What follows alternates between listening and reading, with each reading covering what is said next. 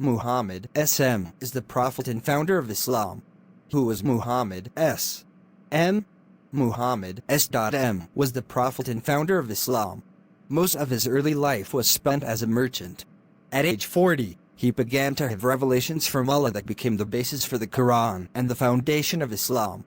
By 630 he had unified most of Arabia under a single religion. As of 2015, there are over 1.8 billion Muslims in the world who profess there is no God but Allah, and Muhammad is his prophet. The life of Muhammad. Muhammad was born around 570 AD in Mecca, now in Saudi Arabia. His father died before he was born, and he was raised first by his grandfather and then his uncle. He belonged to a poor but respectable family of the Quraysh tribe. The family was active in Meccan politics and trade. Many of the tribes living in the Arabian Peninsula at the time were nomadic, trading goods as they crisscrossed the desert. Most tribes were polytheistic, worshipping their own set of gods.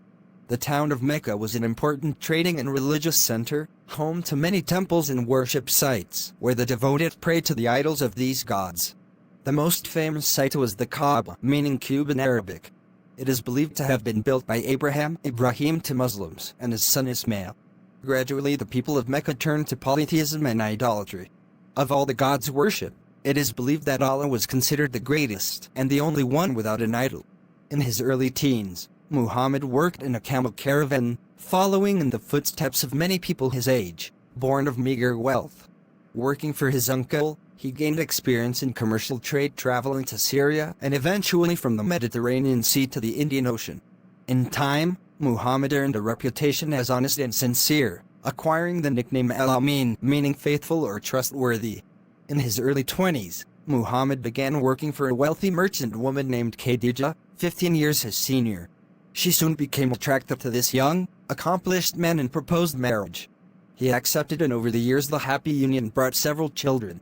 Not all lived to adulthood, but one, Fatima, would marry Muhammad's cousin, Ali ibn Abi Talib, whom Shiite Muslims regard as Muhammad's successor.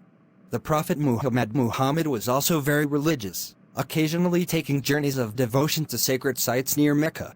On one of his pilgrimages in 610, he was meditating in a cave on Mount Jabal Nur. The angel Gabriel appeared and relayed the word of God: recite in the name of your Lord who creates man from a clot. Recite, for your Lord is most generous. These words became the opening verses of Surah, chapter 96 of the Quran. Most Islamic historians believe Muhammad was initially disturbed by the revelations and that he didn't reveal them publicly for several years. However, Shia tradition states he welcomed the message from the angel Gabriel and was deeply inspired to share his experience with other potential believers.